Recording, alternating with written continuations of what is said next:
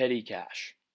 The definition of petty cash is a small amount of discretionary funds in the form of cash used for expenditures where it is not sensible to make any disbursement by check because of the inconvenience and cost of writing, signing, and then cashing the check.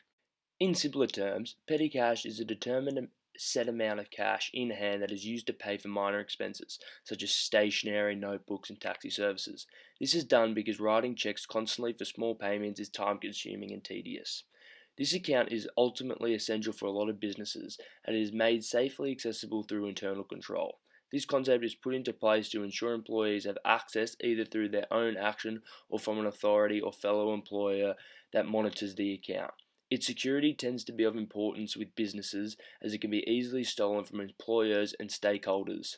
Typically, petty cash in its physical form may be a jar of money, safe, or any lockable, secure container.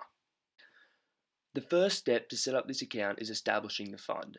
This may involve writing a check using cash monthly to keep on top of little expenses that occur in the business.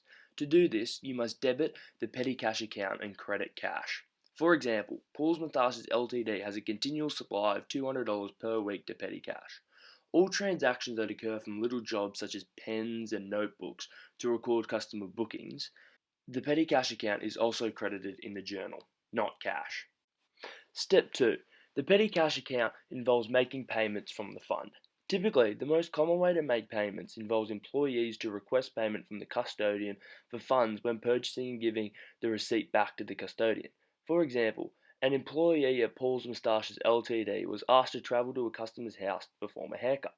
The employee pays for a taxi himself, however, may request the funds from the petty cash account administrator through a receipt. It is important that employees collect the receipts, otherwise no journal entries will be made. Finally, replenishing the fund involves recording and calculating the total amount in order to bring the fund back to its original amount.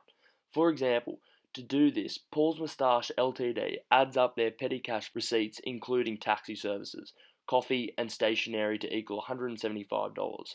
This reflects the required amount needed as the check of $175 is used to replenish the fund and record expenses. In a general journal, this increases all expense accounts and credits cash to ensure that the petty cash fund returns to its original amount.